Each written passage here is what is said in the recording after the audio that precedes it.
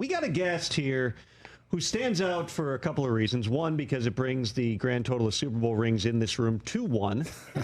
Nice. And number 2, because he's the rare guy who's been retired from the NFL for a few years and still fits, it appears, into the same clothes that he wore while he was in the NFL. Malik Jackson is with us, everybody. Let's go. Hey, guys, I'll take that as a compliment. I appreciate that. I'm telling you, there's a lot of guys, they walk in, they've lost 100 pounds or they have gained 100 pounds. Yeah. This guy, I'm like, yeah, that could be the same Malik I used to see back in the locker room. I got cheekbones now, and don't ask me to get back out there because I tried to do some running the other day and my calves are killing me. So, Well, you're older now. We all age like that. Let me see that ring, by the way. Look at that. Oh, yeah. So right Super Bowl 50. You know, it's the 10-year reunion of the Super Bowl 50 team, and we have a event this weekend going back to Denver. And also, it's pretty fitting that the Super Bowl's in San Fran, so it's kind of cool, just full circle.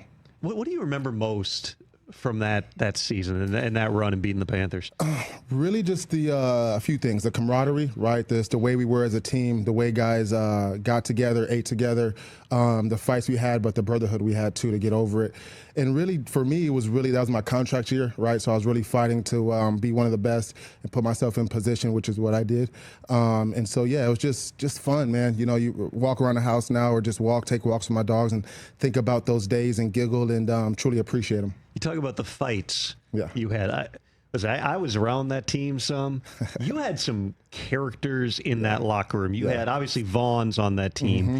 Talib is on that team. Mm-hmm. Chris Harris, who's not quite as out of his mind, but also still a big presence in the room. Mm-hmm. What's one that stands out? What's one thing where you guys had to work through that season? It's kind of what you spoke on, right? Just all those characters, all those identities, right? All those emotions going around. Because it's funny, when Keeb came in, you see Chris Harris kind of get a little more boisterous right back there. D. Stew's back there, T.J. Ward. So really, Roby. So really just saw those guys really get more boisterous. And I think that was it, right? Everybody had an opinion. Everybody was right. But then, when Coach came in and Coach Wade came in and gave us the game plan, everybody was on the same page. One of my favorite stories from that Super Bowl, which, you guys dominated defensively. It was a terrific defensive performance. So that was also known for, after the game, Cam Newton walking off the podium in the middle of his media session. So the way that this was set up, and you might have been in that room as well, there was just a sheet. It wasn't a wall. So both teams are in one room, and there's just a sheet separating the podiums. So I'm on one side of the sheet talking to Chris Harris. Mm-hmm. Unbeknownst to me, Cam is sitting on the other side of the sheet. I asked Chris, it looked like you guys basically just were trying to take away the run. And he's go, that's what we want to do, is make you throw the ball. Mm-hmm. Can you throw the ball? Mm-hmm. I then see the video of Cam walking off, and I hear myself ask the question and Chris's answer, and that's why he walks off the podium. Oh. Hey. But also remember that. Wow. But that was the plan in that game, was basically we are not going to let Cam Newton and that run game run on us. We're going to make you put it up in the air. Yeah, because back then they were doing a lot of play action, right? Get him out the pocket, max protection. And so we took that as a challenge. You're going to keep in 5 to 7 guys. We're going to add to it and let our DBs do their thing. So I think Cam had 3 hours to really show himself and get out there and prove us wrong. And luckily that day we had the best game plan and the best team. Peyton Manning in 2013. Through 55 touchdown passes was unbelievable. 2015, he was not the same guy. He missed time. He had the foot injury. Osweiler plays for a while. Peyton eventually comes back in. He couldn't throw the same way. It was kind of like a T-shirt cannon where it's it would pop and they would just kind of float to the receiver there. Yeah. What's your favorite Peyton Manning story from those years?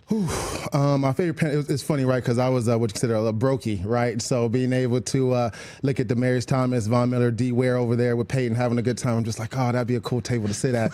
But for me, I think just want to shine light on 2 guys that really meant a lot to me, which is Demaryius Thomas and Ronnie Hillman, right? 2 guys that aren't here with us right now, but really put a lot towards the team, gave a lot of character, gave a lot of insight, man. And so it's really just a laughs with everybody. It's you can't pick one moment, but it's really just having the laughs, having the teammate, and just understanding who everybody was, but also being able to learn. Because as you know, in the NFL, guys have full-blown families, right? And so we actually get a chance to get together, eat, talk, learn, right? Everybody was cool with sharing. I remember Robert Ayers came into the locker room, and as a rookie, when you come in, everybody's like, oh, this guy's going to take your spot, or you got to be careful, tell him the wrong play. But he just took me under his wing, which made me a lot more of a benevolent leader. So when I got older, I would just tell guys what the play was, help them out as much as I can, and, push myself to say, well, they can't take my spot, right? And so it was just a great team.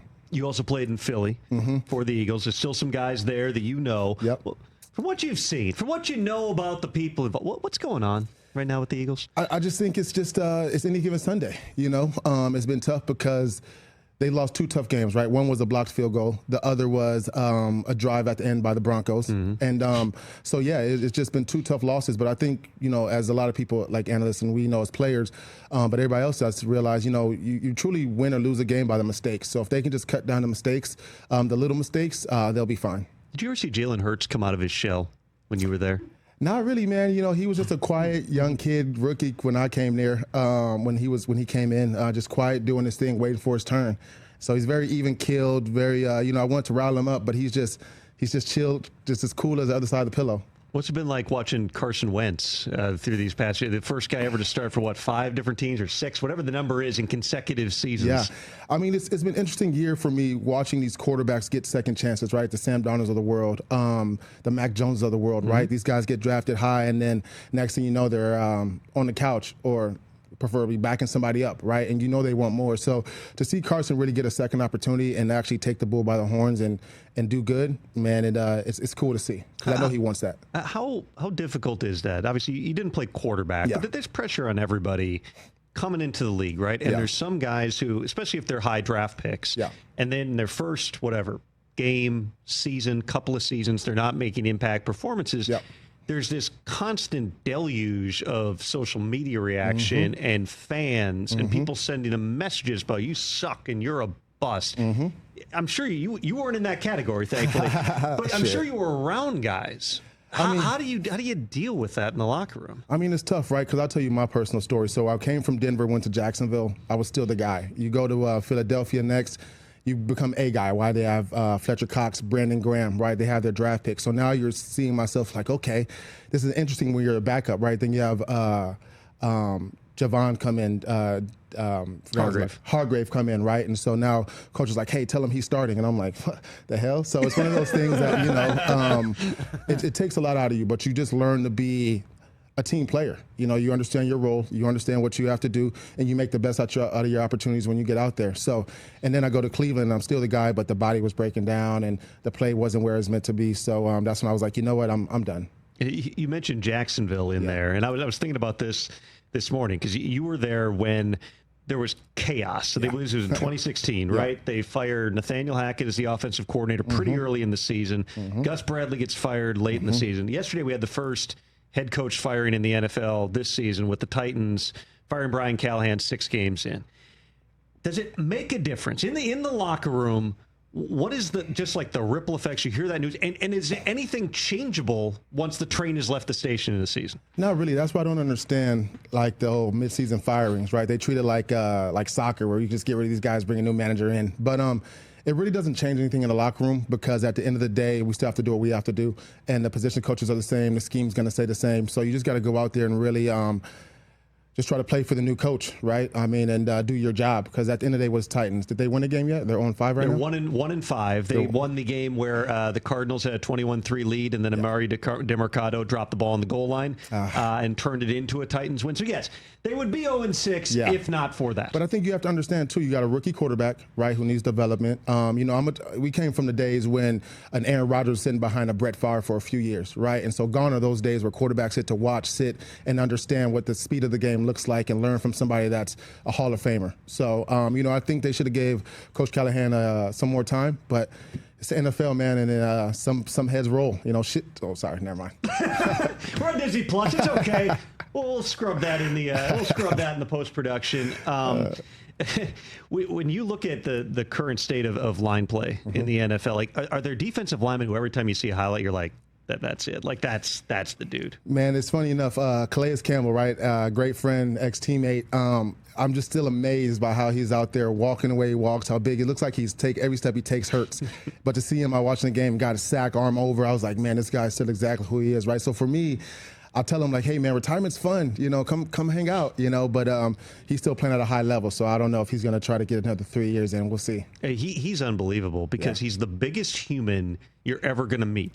He's so tall. I mean, I think he's listed at 6'7" or something. He seems taller than that. But just like this naturally massive dude with a really deep voice. Like he's one of those guys that you feel like if he wants to play till 45, he might be able to do it.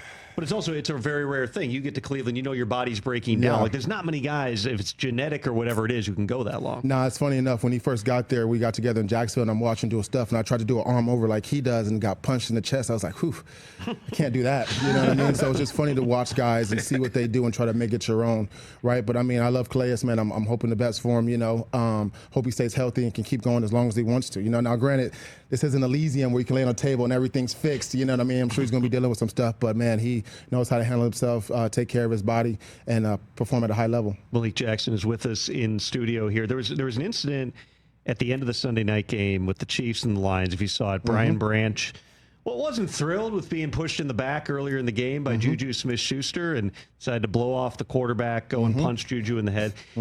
Were you ever inclined, or did you ever have to, let's say, finish the job post-game? There were a few times. I know two times where one was like Taylor Lewan right there in Jacksonville. We're playing them on a Thursday night. He's just chirping. They're running zone schemes and everything. We just got beat fairly well. And, at the end of the game, I told him, meet me on the 50. And, we got there, but he was a lot nicer then. So I couldn't just attack him, right? And then there was, the tight end for the Arizona Cardinals, Grisham, back in the day. We were getting after it. And luckily back then cameras weren't everywhere, especially after the game, everything cut, right? And so you kind of, have a few words and then get out of there. So, I think what Branch did was he stood on business. And it's one of those things, everybody can understand. Not everybody's, push aroundable. So let's keep it within the lines. Let's play the game. But, you saw the bloody nose he had, so. So when you say somebody was nicer to you once you met at the 50. Yeah. Is it full apology mode? What did you hear that made you not have to? He was all smiles, like, hey, and I was like, nah, I'm not with that. Let's go. And he was like, they won. He's like, nothing to fight about, right? It was just his character and how he gets in the game and moves, from his Michigan days or whatever. So there was no apologies. It was just like, oh, what's up, man? All smiles. And so I had to kind of calm it down a little bit. So, yeah. There's some guys who probably are a lot better at turning that off instantly than other guys. Yeah, but me, I was just so turned up. I was like, nah, I'm not hearing that. You know what I mean? So yeah. So right now, we brought this up earlier in the show. If you go back and you look at the betting favorites going into the 2025 NFL season, end of August, who are the people that people are putting money on? It was the Ravens, it was the Eagles, it was the Bills. Yeah. Who all have some level of issues right now. The Ravens are 1-5. Obviously, the Bills and Eagles both 4-2, but not perfect teams right now. Is there a favorite in your mind? You're picking one team you wouldn't want to be seeing in January and February?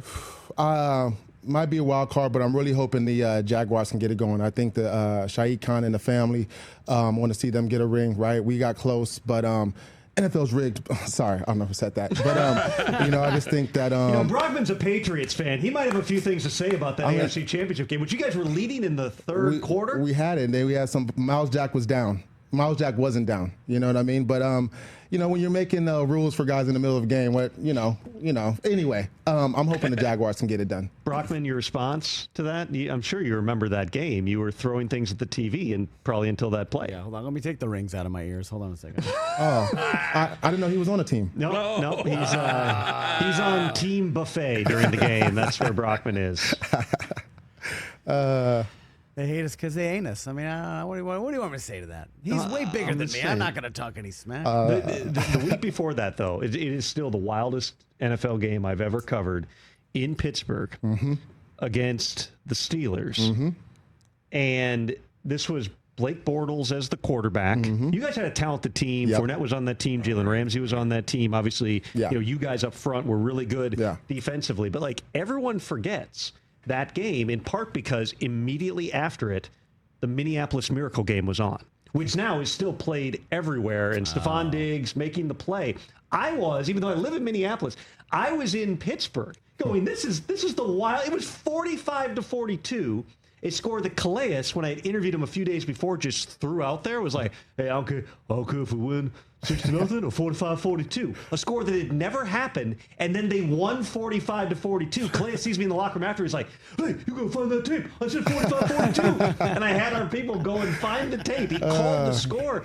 But there was no reason to think this Jaguars team was going to go into Pittsburgh and win. But there was something about that group, especially the way that you guys were on defense. Like, you made it hard on everybody every single week. Yeah, we were just a rough ragtag group. You thought Denver had a loud, boisterous. Imagine a bunch of Aqib Talibs out there, right in the back end, and then guys with something to prove on their shoulders in the front end and the D line, the linebackers, right? Telvin Smith, Calais, Avery Jones. So Dante Fowler, who's still doing right? I mean, there was a lot of dudes. It was a lot of good dudes there. So, we were just, the ski mask versions. We were out there, didn't care. We're out here pushing people around and, saying and doing things you can't say on Disney Plus. But, it was now you already broke fun. the code. I say just go for it now. Let me say let's not. Tell me real quick before I let you go. What else are you up to now? So for me, once I retired, I just realized that everybody gives their all to their business, their family, their mission, right? But there's no care given back to them in the same level. And so what I did was went out there and created the Care League. We're a concierge lifestyle and wellness company, really looking to give access connections back to whether you're an athlete in retirement, executive running a company, or a parent just trying to figure it out. Just let you guys know that we have your back and everything, whether it be health and wellness connections or lifestyle needs. So that's what I'm working on now. I understand truly the access and the support that we get from an NFL. When you're in an NFL and when that's taken away, you're lost, right? You're a novice. So I realize that I can give this type of service to everybody and keep athletes thriving in retirement. Great seeing you again, man. Thanks for being here. Likewise, I appreciate you guys. Give me flash that ring one more time at Brockman on your way out. Malik Jackson, everybody, Super Bowl champ with us in studio right now. Hey, you made it all the way to the end. Thanks for that. Check us out every single day streaming live on Disney Plus and the ESPN app 12 to 3 Eastern.